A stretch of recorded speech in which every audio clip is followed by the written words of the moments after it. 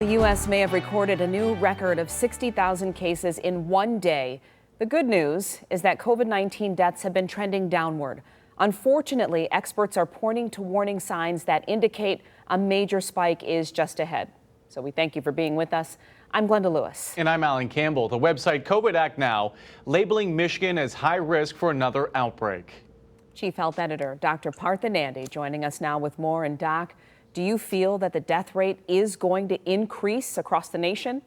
So Glenda, unfortunately, I agree that while it's really great that the number of deaths, is lower than we had back in March, it could partly be due to the fact right now more younger people are getting sick, and they're less likely to die. But here's the thing: young people don't live in a bubble. Guess what? They interact with older folks like their grandparents and their parents and aunt and uncles. We know that on average, it takes 5 days for someone who's infected to start feeling ill. And for some people, it actually may take 14 days for symptoms to appear. And then it can take weeks, even months, from the time when someone's infected to when they can actually have a death or pass away. And right now, with COVID cases skyrocketing, especially in states like Arizona, Florida, and Texas, we've all seen it, it's very possible that in time we'll see a spike in death rates as well.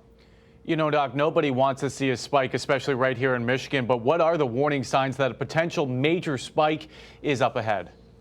So, Alan, if you look at the number of tests that are coming back positive, the percentages are really high. And what that means is that when you look at a group of people that are getting tested, more of them actually have the virus than what we've seen in the past, And so that can indicate that more people will end up in the hospital. We've already seen, Alan, that hospitalizations rising in at least 37 states. And if you look at Florida alone, you have at least 56 intensive care units that are already filled. They have reached capacity. Not good news at all. So a lot of folks are seriously sick right now.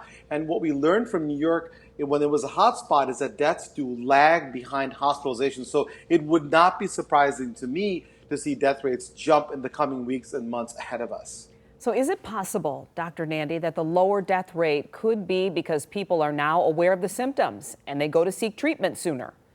So, Glenda, absolutely. It's certainly a possibility that people are more aware that this is a serious illness, dangerous, and seek medical help sooner. But there are other potential reasons, too, For instance, early in the pandemic, long-term care facilities, they were just unprepared, Glenda. And they were hit hard, and many older folks died. Now there are many safety guidelines in place and policies to protect those that live and work in those places. Also, treatment has improved as well. And hospitals, we know and more experience on how to take care of these folks that come in with severe symptoms.